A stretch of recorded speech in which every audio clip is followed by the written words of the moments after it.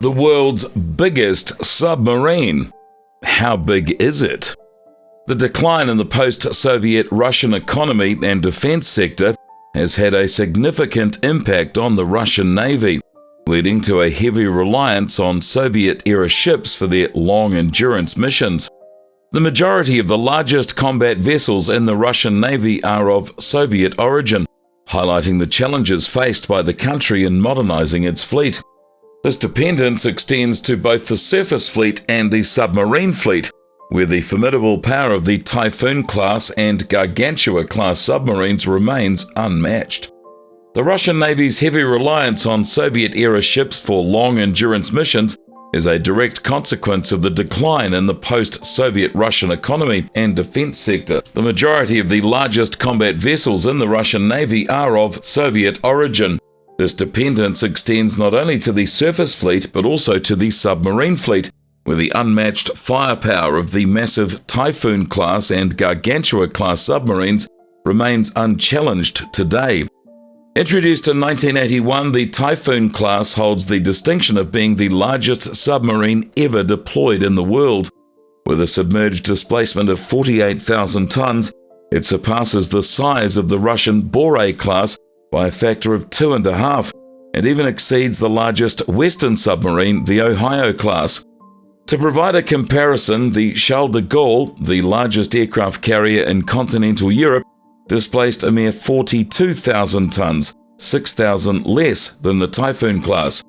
In contrast, the widely used Russian Kilo-class submarines only displace around 3,000 tons, making the Typhoon-class more than 15 times larger.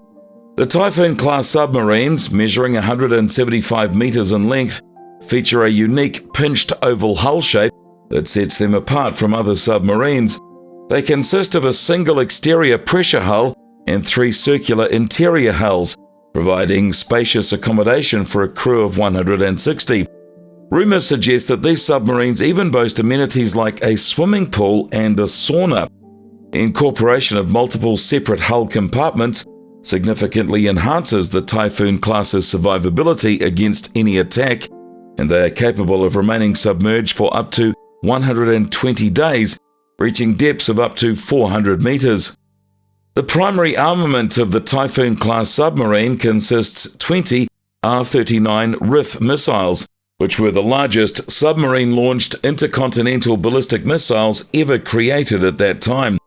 These missiles, weighing 84 tons each and housing 10 warheads, possessed a range of over 8,000 kilometers, enabling them to strike mainland USA from a relatively safe distance.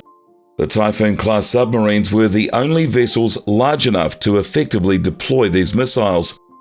Due to financial constraints following the collapse of the Soviet Union, Russia had been unable to maintain its fleet of 6 Typhoon-class submarines, leading to the operation of only 1 vessel in recent years.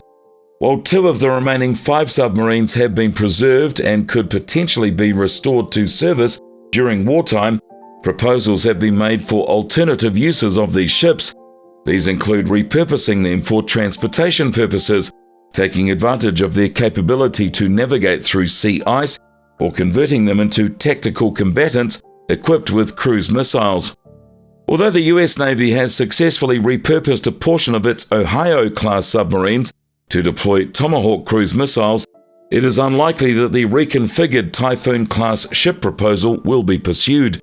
The Typhoon-class submarines, officially known as Project 941 Akula Shark in Russia, were colossal Cold War vessels measuring 175 meters in length and displacing 48 tons when submerged.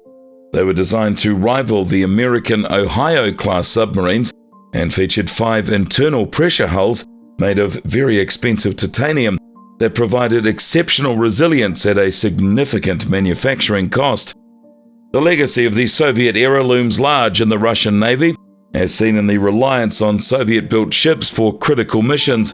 The Typhoon-class submarines, with their massive size and impressive armament, present a formidable chapter in naval history. However, financial constraints following the collapse of the Soviet Union have limited Russia's ability to maintain these impressive vessels.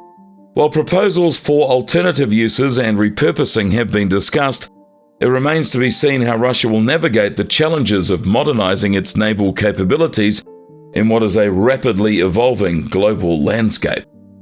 If you like this video, please give it a like, share it with your friends, and if you haven't already, subscribe to this channel and make sure to hit the bell icon so that you will always get the very latest from us first.